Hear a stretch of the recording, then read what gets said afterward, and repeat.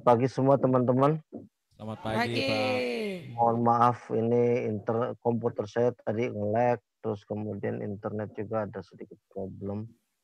Ya, puji Tuhan kita bisa jumpa kembali ya. Minggu lalu bisa bantu ingatkan saya kita belajar apa ya? Tentang Yusuf. Yusuf. Tentang Yusuf ya. Nah, hari ini kita akan belajar tentang Musa ya. Kita akan belajar bersama-sama tentang Musa. Tanpa berlama-lama kita buka di kitab Keluaran pasal yang ke-18. Ya, kitab Keluaran pasal yang ke-18. Ya. Kita tidak akan bacakan semua ayat ya. Tapi kita akan baca beberapa ayat saja. Ya. Ini kita kembali akan belajar tentang karakter-karakter ilahi daripada tokoh-tokoh Alkitab. Ya. Kita baca ayat yang kelima ya. Situ firman Tuhan berkata, ketika Yitro mertua Musa beserta anak-anak dan istri Musa sampai kepadanya di padang gurun, tempat ia berkemah dekat gunung Allah, disuruhnyalah mengatakan kepada Musa, aku mertuamu Yitro datang kepadamu, membawa istrimu beserta kedua anaknya. Lalu keluarlah Musa menyongsong mertuanya itu, sujudlah ia kepadanya dan menciumnya. Mereka menangis masing-masing lalu masuk ke dalam kemah. Nah, satu karakter tentang Musa yang kita bisa pelajari di sini ya adalah dia adalah orang yang menghormati akan orang tuanya. Kita lihat bahwa Musa dalam posisinya di dalam kitab Keluaran pasal 18, dia adalah orang yang menjadi pemimpin daripada bangsa Israel yang jumlahnya diperkirakan pada saat itu sekitar 1,8 sampai 3 juta. Ya, dia adalah pemimpin dari suatu bangsa yang disertai oleh Tuhan. Dan bukan cuma itu, ya kita belajar bagaimana Musa itu dipakai Tuhannya itu bukan yang biasa-biasa saja, tetapi dia menghadapi suatu raja dan bangsa yang sangat kuat yang telah memperbudak bangsa Israel selama ratusan tahun. Ya, dan dipercayai Mesir adalah salah satu kerajaan kuno yang kuat pada zaman tersebut. Ya, jadi bukan suatu bangsa yang biasa-biasa saja ya. Kalau zaman sekarang mungkin Mesir itu bisa dikatakan kuatnya sama seperti Amerika ya, negara superpower di zamannya. Nah, bukan cuma itu saja ya. Kita melihat bagaimana Tuhan menyertai Musa dengan berbagai mujizat ya. Kita lihat bagaimana tongkat yang dipegang Musa bisa jadi ular, terus kemudian lewat hidup Musa Tuhan pakai dia untuk mengubah air jadi darah ya. Dia bisa mendatangkan katak, dia bisa melakukan hal-hal yang luar biasa. Tapi terlepas daripada kehebatan yang dimiliki oleh Musa, kalau kita baca di dalam ayat yang ke-7, waktu Musa itu didatangi sama mertuanya, di situ dikatakan Musa sujud kepada mertuanya dan menciumnya. Ya, nah satu hal saya melihat dan saya sendiri alami bahwa pada saat kita naik ke sebuah posisi yang lebih tinggi di dalam kehidupan, baik itu secara ekonomi kita meningkat, atau secara jabatan kita meningkat, atau secara apapun kita meningkat, ada kalanya hati dan pikiran ini kalau kita nggak hati-hati ya, kalau kita nggak hati-hati bisa membuat kita nih bisa jadi sombong, bisa membuat kita merasa bahwa saya ini udah saya ini orang yang punya posisi loh, saya orang yang punya duit, saya orang yang dipakai Tuhan, saya orang diurapi.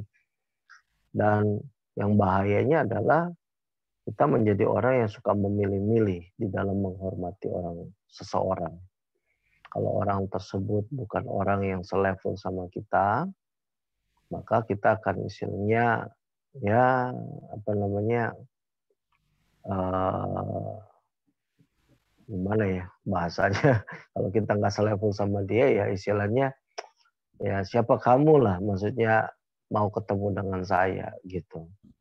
Tapi kalau level orang yang lebih tinggi kita jadi wah kita istilahnya kita memilih untuk menghormati yang lebih di atas daripada kita. Nah, teman-teman yang saya kasih dalam Tuhan Yesus Kristus, kalau saya ngomong gini ini bukan cuma untuk saya, ya bukan cuma untuk adik-adik, tapi juga untuk saya juga. Ya saya percaya bahwa mulai dari sekarang itu kita harus memupuk uh, di dalam diri kita, pertama untuk kita rendah hati, kedua untuk kita belajar menghormati semua orang siapapun mereka, dimanapun mereka. Karena ya Tuhan menghargai orang-orang yang rendah hati. Menghormati sesama siapapun mereka itu wujud daripada kerendahan hatian di dalam hidup kita.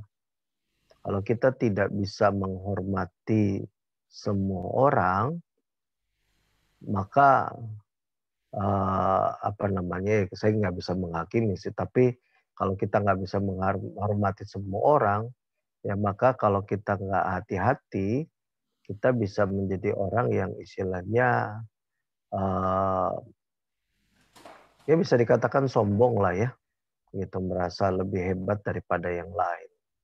Nah ini karakter yang saya lihat dari Musa ini sungguh luar biasa ya, gitu.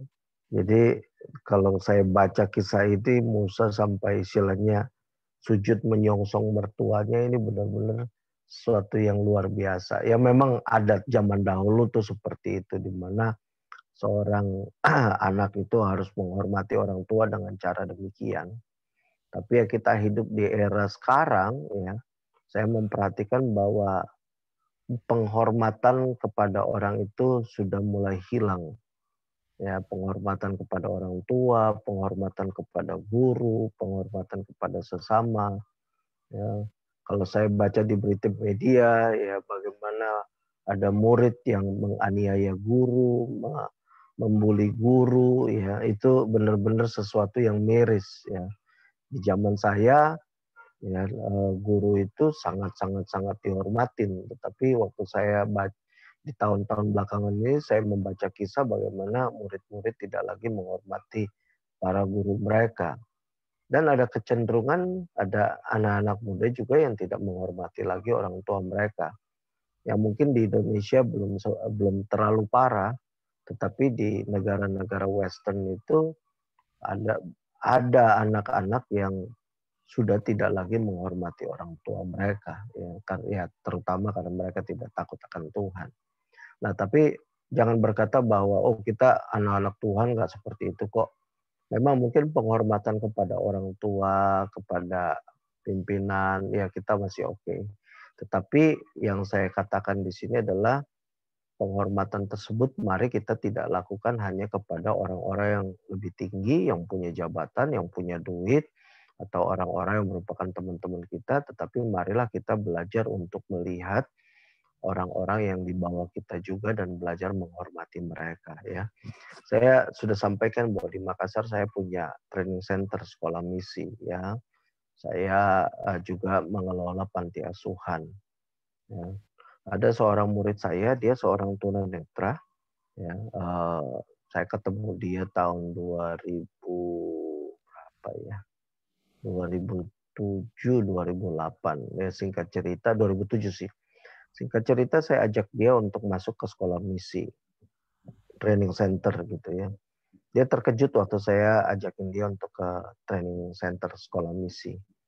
Gitu. Nah, karena dia itu sudah beberapa kali daftar di sekolah Alkitab, tapi semua sekolah Alkitab itu tolak dia. Itu karena keterbatasan dia, karena dia tunanetra. Nah, singkat cerita, dia sekolah dan setelah sekolah saya doa sama Tuhan, nih anak mau jadi apa kira-kira ya, karena tunanetra. Memang sih dia bisa main musik gitu ya. Terus saya pikir ya mungkin Selain main musik di gereja, mungkin dia bisa bantu untuk jadi pendoa syafaat saya. Ya, pikiran normal manusia kan seperti itu, tunanetra bisa apa sih? Gitu. Nah, singkat cerita kemudian saya ngobrol sama dia, terus kemudian saya sampaikan, gimana kalau kamu belajar doa di sebuah menara doa di Bogor sana. Dia setuju, tapi sebelum dia berangkat, dia cerita, ini ada sekolah apa? Ada pelatihan komputer untuk orang tunanetra. Ya, dan singkat cerita saya bekali dia dengan laptop yang nggak dipakai lagi di gereja. Terus kemudian saya belikan buku untuk dia bisa belajar komputer. Kemudian dia sambil ya bukunya tentu saya buku braille ya. Gitu. Nanti jangan sampai Anda bilang kok tunanetra bisa baca buku ya, bukunya buku braille. Dan singkat cerita bukunya dia bawa, dan waktu dia di Bogor dia cerita di Jakarta rupanya ada tempat pelatihan komputer yang lebih bagus lagi. Singkat cerita waktu saya ke Jakarta saya bawa dia ke sana sama-sama melihat, dan akhirnya dia melatih komputer. Ya, dia bisa komputer, dan akhirnya bukan cuma bisa komputer, dia juga akhirnya bisa bisa handphone, dan akhirnya tahu istilahnya berbagai macam program di komputer. Saat ini dia melatih komputer untuk orang-orang tunanetra. Tapi dia nggak berhenti sampai di komputer gitu ya. Gitu. Singkat cerita, saya sempat perkenalkan dia kepada dunia investasi, dan kemudian investasinya itu investasi saham. Itu. Nah, singkat cerita, tapi saya bilang saya nggak bisa ngajarin kamu karena saya cuma tahu investasi, tapi saya bukan orang yang ahli di bidangnya.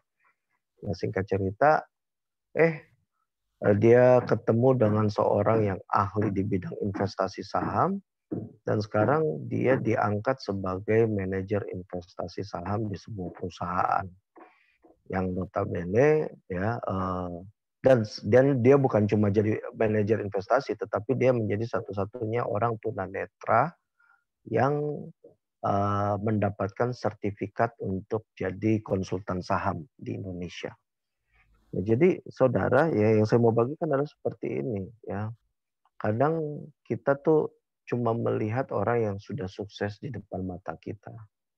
Padahal mungkin ada orang-orang di dalam hidup Anda, di dalam nanti kalau Anda sudah jadi gembala atau Anda sudah jadi pelayan, ada orang-orang di bawah hidup Anda itu yang istilahnya Tuhan mau pakai secara luar biasa. Nah, kalau kita tidak belajar untuk melihat akan orang-orang yang di bawah Anda dan menghormati mereka, ya, kita tuh bisa kehilangan kesempatan untuk memoles orang-orang yang Tuhan mau pakai sebenarnya. Dan tadi kisah tunanetra tadi cuma satu-satunya kisah daripada orang-orang yang mulai dari nol di dalam hidup saya. Yang saya mau bagikan, jadi belajarlah untuk menghormati sesamamu siapapun mereka. Orang tunanetra itu sekarang dia punya aset sudah istilahnya sudah sudah luar biasa lah. Saya kalau mau katakan ya, bahkan orang-orang yang melihat belajar investasi saham lewat dia. Gitu. Nanti Om David kalau ada kesempatan bisa Om, itu saya bisa minta dia untuk kasih kesaksian di sekolah Alkitab ini. Oh, Nah, boleh, boleh, boleh.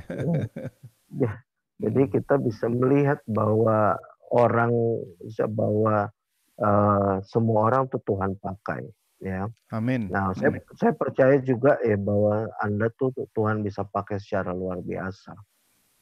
Ya, mungkin Anda di desa, tapi jangan salah ya, walaupun Anda di desa, Anda bisa mempunyai pengaruh yang besar, mempunyai pengaruh yang luar biasa.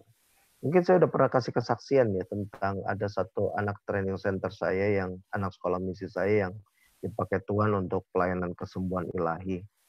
Nah, dia itu waktu kita ketemu itu dia sedang kerja di restoran.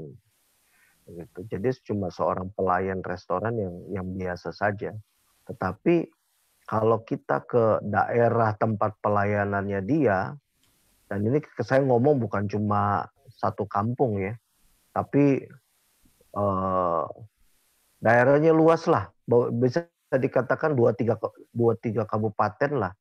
2-3 kabupaten itu yang tinggal di pedalaman, kalau disebut namanya kenal, tahu siapa orang itu. Jadi Anda bisa bayangkan ya, 2-3 kabupaten di daerah pedalaman kalau sebut namanya tuh tahu. Karena dia dipakai Tuhan tuh luar biasa dalam bidang kesembuhan. Jadi orang kalau sakit itu ya mereka cari Tuhan Yesus, tapi ya mereka juga cari hamba Tuhan yang memang punya karunia kesembuhan. Jadi dicarilah dia gitu, dicari untuk doakan orang itu. Bahkan ibu camat daripada beberapa kecamatan di kabupaten tersebut tuh ya sering undang dia seperti itu. Jadi kita melihat bagaimana sesungguhnya Tuhan itu bisa pakai siapapun ya. Bukan cuma bisa pakai siapapun, tapi mari kita belajar menghormati semua orang ya, walaupun mereka saat ini masih dalam kondisi yang istilahnya ya nggak ada apa-apanya. Oh, satu lagi deh saya mau tambahin. Jadi ada satu anak saya ya, itu dia sekarang pelayanan kepada kaum sepupu. Dia nggak lulus SD dan juga dia waktu masuk sekolah misi kami sempat kabur. Itu sempat kabur, waktu kabur dia kecelakaan. Waktu kecelakaan entah kenapa Tuhan bicara sama dia suruh balik, dan akhirnya dia balik, dia bertobat, dia minta ampun, padahal kita udah tolak, kita udah bilang enggak bisa lagi, kamu udah kabur. Dia minta tolong maafkan saya atas kesalahan saya. Dan akhirnya kami ampuni, lewati proses lagi. Sekarang dia dipakai luar biasa ya dalam melayani kaum sepupu. Ya, dia udah dua kali hampir mengalami aniaya. Bukan 2 kali, 3 kali. 3 kali hampir mengalami aniaya dan 3-tiganya hampir mati kalau andai kata dia kena aniaya tersebut. Tapi tetap aja nggak kapok, tetap aja semangat untuk istilahnya melayani kaum sepupu kita. Ya, nah ini yang saya mau sampaikan kepada kita, belajar untuk menghormati orang siapapun mereka. Itu yang pertama. Ya. Yang kedua, ya kita lihat di dalam Keluaran 18 masih ayat 13 sampai 26, kisah daripada Musa. Di situ dikatakan keesokan harinya duduklah Musa di antara bangsa itu, dan bangsa itu berdiri di depan Musa dari pagi sampai petang. Ketika mertua Musa melihat segala yang dilakukannya itu kepada bangsa itu, berkatalah ia, apakah ini yang kau lakukan kepada bangsa itu? Mengapakah engkau seorang diri saja yang duduk sedang seluruh bangsa itu berdiri di depanmu dari pagi sampai petang? Kata Musa kepada mertuanya itu, sebab bangsa ini datang kepadaku untuk menanyakan petunjuk Allah. Apabila ada perkara di antara mereka, maka mereka datang kepadaku dan aku mengadili antara yang seorang dan yang lain. Lagi pula aku memberitahukan kepada mereka ketetapan-ketetapan dan keputusan-keputusan Allah. Tapi mertua Musa menjawabnya, tidak baik seperti yang kau lakukan itu. Engkau akan menjadi sangat lelah, baik engkau, baik bangsa yang beserta engkau ini, sebab pekerjaanmu ini terlalu berat bagimu, takkan sanggup lagi engkau melakukannya seorang diri. Jadi sekarang dengarkanlah perkataanku. Aku akan memberi nasihat kepadamu dan Allah akan menyertai engkau. Oke, kita lompat kepada ayat yang ke-23 ya. Di situ dikatakan, jika engkau berbuat demikian, dan Allah memberitakan hal ini kepadamu, maka engkau akan sanggup menahannya, dan seluruh bangsa ini akan puas senang ke tempatnya. Ayat 24. Musa mendengarkan perkataan mertuanya itu, dan dilakukannya lah segala yang dikatakannya. Nah, tadi saya sudah katakan, Musa ini punya posisi yang tinggi. Pertama. Kedua, Musa ini dipakai Tuhan luar biasa. Nah, di sini kita melihat bagaimana Musa itu menghormati mertuanya. Dan bukan cuma menghormati, Musa mau belajar. Ya, sekali lagi Musa mau belajar. Nah, teman-teman yang saya kasih dalam Tuhan, ya, Anda bisa jadi hamba Tuhan, tapi jangan sampai Anda ini tidak menguasai bidang yang lain. Ya. Saya mau dorong setiap daripada Anda untuk menjadi hamba Tuhan yang terampil di dalam bidang-bidang yang Tuhan percayakan. Saya sangat meyakini bahwa setiap daripada Anda ini punya keterampilan-keterampilan yang di luar daripada di luar daripada hanya hal-hal rohani.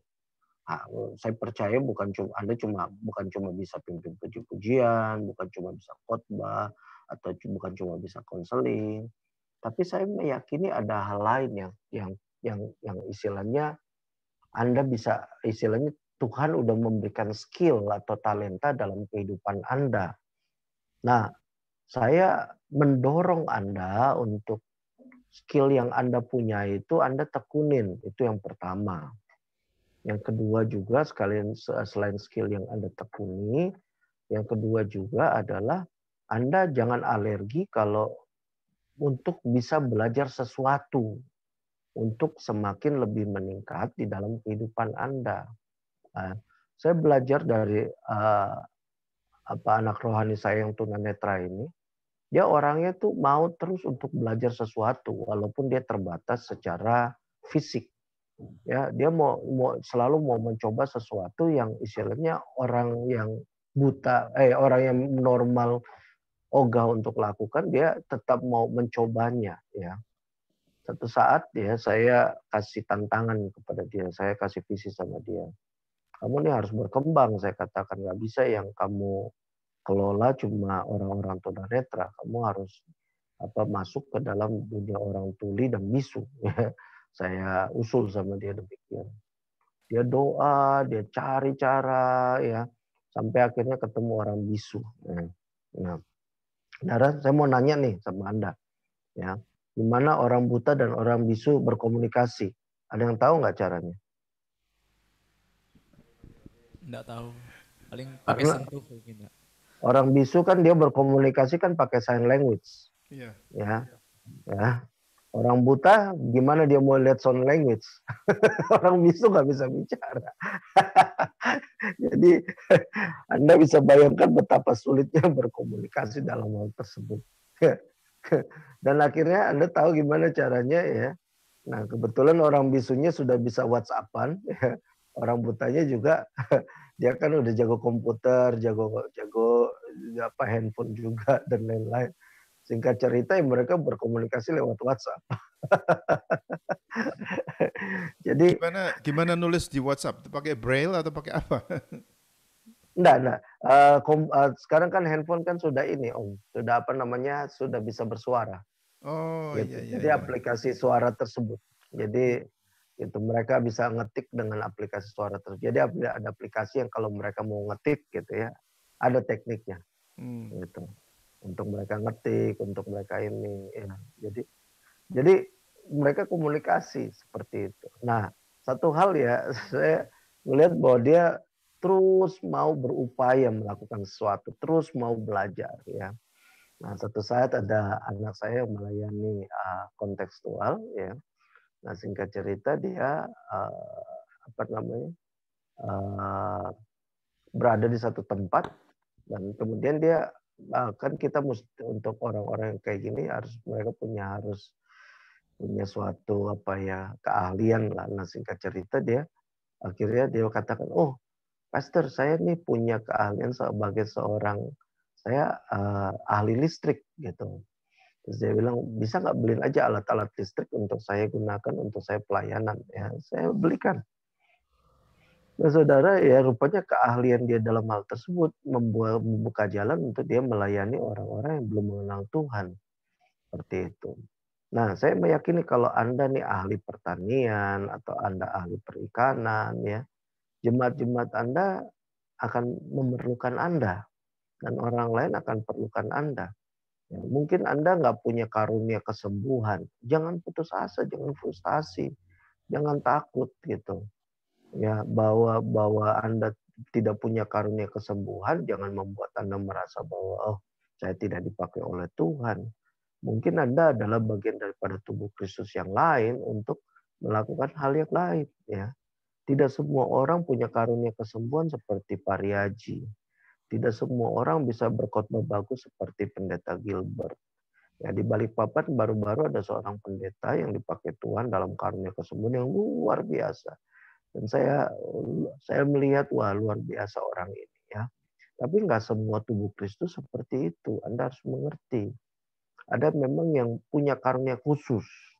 Bukan berarti bahwa Anda doakan orang nggak bisa sembuh, bukan. Ya pasti nanti ada yang sembuh, tetapi dibanding dengan orang-orang yang punya karunia kesembuhan, ya memang harus diakui bahwa orang yang disembuhkan lewat hidup mereka jauh lebih banyak daripada kita, begitu. Nah, seperti Pendeta Gilbert yang khotbahnya bagus ya, di dalam dia punya waktu 5 menit bisa khotbah bagus. Nah, ada orang-orang yang dipakai Tuhan seperti itu ya, dan Anda tidak harus memaksakan diri seperti itu. Temukan talenta Anda, temukan karunia Anda, temukan skill kalian, dan terus-menerus mau belajar. Terus dalami akan talenta dan karunia Anda. Saya meyakini bahwa Anda akan dipakai oleh Tuhan secara luar biasa sesuai dengan kemampuan yang Tuhan berikan. Ya, ada seorang yang dulu pernah menjadi seorang misionaris di Cina. Ya. Nah, tapi dia menemui kegagalannya sebagai seorang misionaris. Ya, karena memang karakter dia yang apa ya istilahnya, ya karakternya gimana ya? Memang bukan karakter seorang gembala lah ya. Dia lebih cocok sebagai seorang administrator gitu.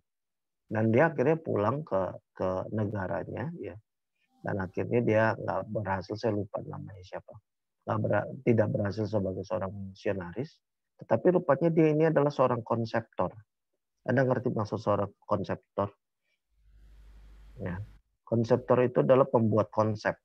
Ya, sama seperti kalau orang mau bangun rumah, ada arsitek yang gambar rumah.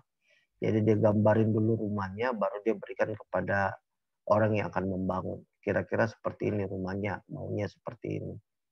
Dan kemudian di situ biasanya dia udah menggambar terlebih dahulu, ya tiang-tiangnya di mana, dan kemudian ya dia menggambar besaran rumahnya. Ya tujuan dia menggambar begitu ya, supaya istilahnya orang yang bangun sudah punya konsep seperti apa. Nah, seperti apa membangun rumah. Nah, demikian juga seorang konseptor. Ya, konseptor dia nggak membangun rumah, tetapi dia membangun sebuah konsep pelayanan. Nah, dia bukan orang yang ahli, bukan jago sebagai seorang misionaris, tapi dia seorang konseptor. Ya, waktu dia pulang, dia membuat suatu konsep ya bagaimana melayani di dalam dunia misi. Dan konsepnya dia itu sampai saat ini masih banyak digunakan oleh para misionaris-misionaris di berbagai belahan dunia. Aduh, saya lupa namanya siapa orang tersebut. Tapi yang intinya saya mau sampaikan adalah ini. Setiap orang bisa dipakai Tuhan asal dia mau terus-menerus mau menekuni akan apa yang dia akan skill dan talenta yang Tuhan telah berikan, dan terus-menerus mau belajar ya. Kita lihat di sini bagaimana Musa ini sudah sangat diurapi Tuhan, dan waktu Musa dikasih nasihat sama mertuanya, dia mau dengar. Ya, dia mau belajar. Nah, demikian juga setiap daripada Anda ya. Ya, setiap daripada kita. Jangan Anda merasa, oh saya udah belajar di sekolah Alkitab yang lalu, saya udah tahu. Jangan ya. Terus-menerus mau apa? Belajar. Mau belajar ya. Jadi terus-menerus mau untuk meningkatkan kapasitas diri Anda ya. Kalau bisa ya, kalau Anda bisa belajar pertanian, belajar. Anda diajarin komputer, pelajarin. Ya jangan kuno ya. Jangan cuma tahu Facebookan, terus jangan cuma tahu ganti status saja. Status hari ini jomblo, status nanti tahun depan ya kuliah ya. Jangan ya. Tapi mari jadi orang-orang yang mau belajar dalam segala hal dalam kehidupan Anda ya. Itu yang kedua yang kita bisa pelajari dari kehidupan daripada Musa ya. Dan kemudian hal yang berikut yang kita mau pelajari adalah ya sebenarnya kita bisa melihat di sini ya, waktu yang dari ayat yang kita baca, bagaimana Tuhan mengajarkan Musa untuk mengelola akan sistem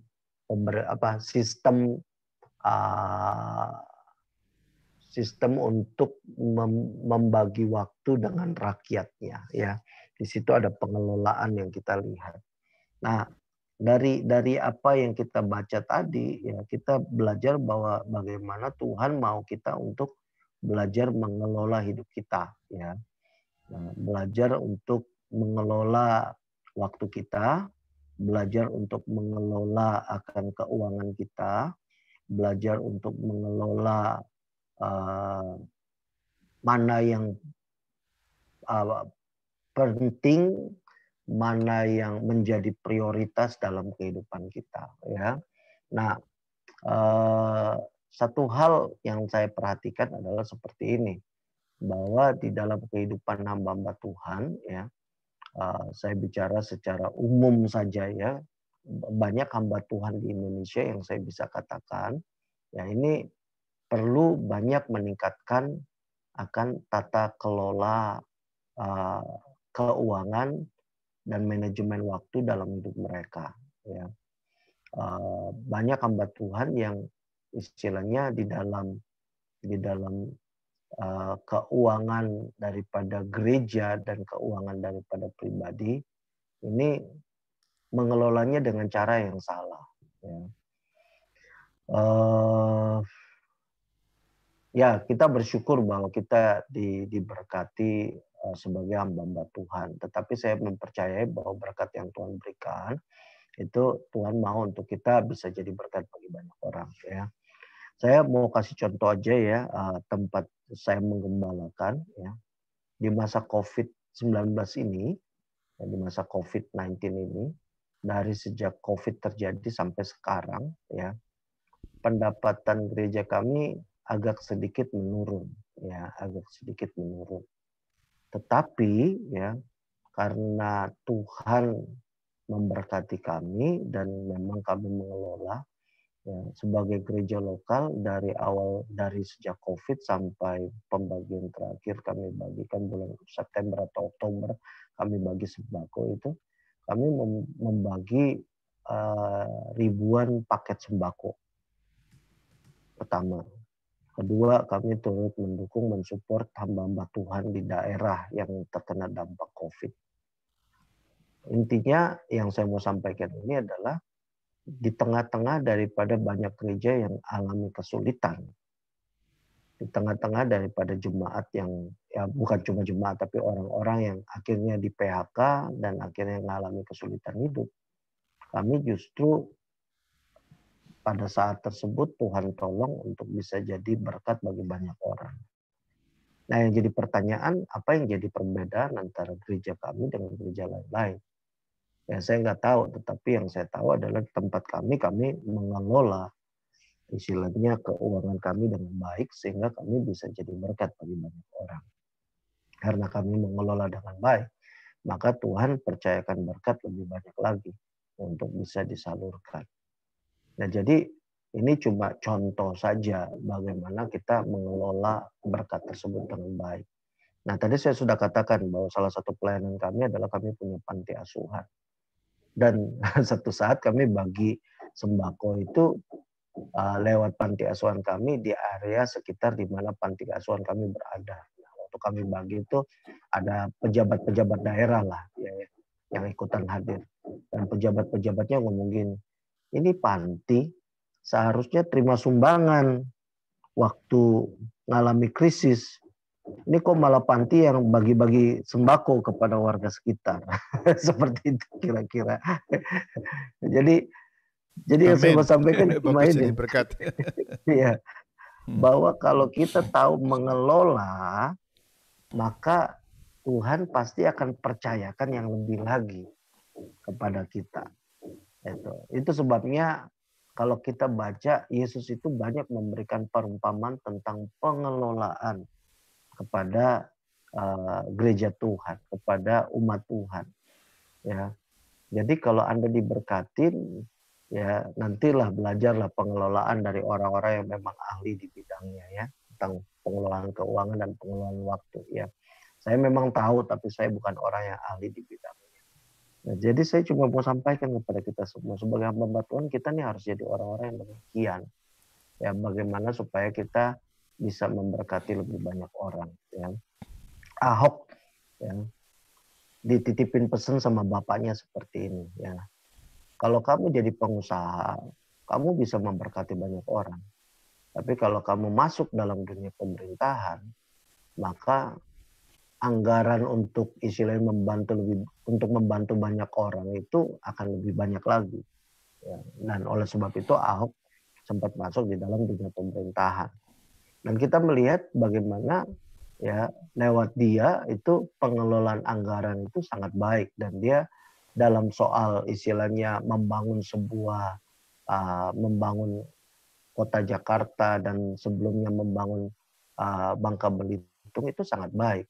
Dan mengapa itu bisa dilakukan? Karena ada satu pengelolaan yang baik dilakukan oleh seorang Ahok ini. Nah, saya percaya bahwa Anda pun akan dipakai oleh Tuhan secara luar biasa. Ya, kalau siapa tahu nanti ada di antara Anda yang dipakai Tuhan masuk dalam dunia pemerintahan, jadi camat atau jadi bupati, ya. Atau ya kalaupun nggak jadi itu, Anda jadi hamba Tuhan pun kelolalah dengan baik, ya. Anda lihat tanah kosong di belakang rumah atau di belakang gereja, jangan didiemin, dikelola tanahnya, ya.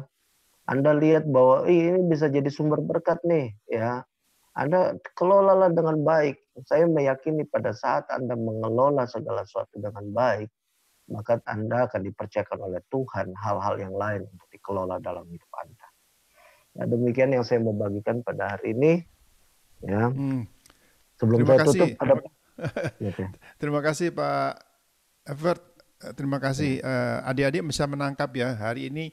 Sebetulnya kalau tadi kita bicara mengenai nas Alkitab yang dipakai itu adalah mengenai Jethro itu. Jethro itu sebetulnya adalah bapak manajemen yang pertama yang ada di dalam Alkitab. Sekarang itu teori manajemen itu dipakai di seluruh dunia kan? Saudara perhatikan nggak? Tadi bacanya kira-kira dapat nggak itu? Kira-kira dapat, coba dibaca lagi ya. Bahwa itu adalah teknologi manajemen yang diajarkan oleh Jethro, mertuanya dari Musa itu adalah dia seperti bapak dari manajemen yang pertama kali di dalam Alkitab itu mengajar kita.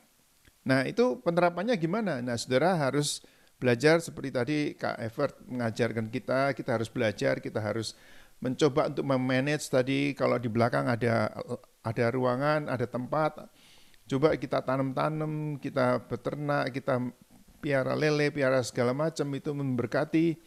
Itu benar-benar, nah bagi saya juga ada satu kerinduan ini, coba saudara doakan ya. Kita kalau tadi kan misalkan Musa itu melayani orang-orang itu satu persatu kan, dari pagi sampai malam sudah capek sekali, itu datang lagi yang terus itu dari pagi sampai, jadi nggak bisa berbuat apa-apa, cuman itu tadi. Nah diajarkan oleh Jethro, jangan begitu, kamu harus ada apa? Satu orang melayani berapa orang, lalu jadi ada tingkat-tingkatannya. Jadi kamu itu nggak capek jutaan orang itu kamu layani satu persatu, tapi ada pemimpin-pemimpin. Nah itu untuk kita yang saya lihat ya, untuk kita bisa melakukan begini, misalkan dari Amerika, saya nggak ada di tempat saudara kan, tapi kita bisa dapatkan seperti Pak Evert, seperti Pak Dani, seperti tadi Pak Tony dari San Francisco, dari LA, dari mana-mana bisa mengajar saudara kan, betul? Nah, saudara bisa terbuka apa? Kalau itu bisa terjadi di sini, kita bisa memberikan pengajaran kepada adik-adik gitu. Ini ada 10 orang. Nah, kalau ada di saat kita buka lagi, misalkan ada satu tempat kampus di Minahasa, di Tomohon gitu. Nah, jadi dengan pengajaran yang sama, nanti Pak Evert ngajar satu kali, tapi bisa ada kampus di Singkawang, bisa ada kampus di Minahasa, ada kampus di mana, mungkin di Palangkaraya atau di mana, atau di daerah-daerah yang lain, itu bisa dilipat gandakan dengan teknologi dari yang diajarkan oleh Jethro itu tadi, Bapak Jethro, bapaknya dari mertuanya dari Musa. Bisa nangkap nggak, saudara? Bisa, Pak. Bisa. Jadi sekarang saudara ini dilatih untuk kritis, untuk memperlengkapi atau mengaplikasikan apa yang bisa dilakukan untuk bisa mengembangkan ini. Jadi dengan teknologi yang sama kita bisa mengembangkan sampai kemana-mana begitu. Kita doakan mungkin ada kampus di Malaban nanti, ada mungkin kampus di mana, di Manado atau di mana Tomohon. Itu dengan cara demikian. Jadi itu bisa dilipat gandakan dengan cara teknologi manajemen daripada Bapak Jethro tadi, ya.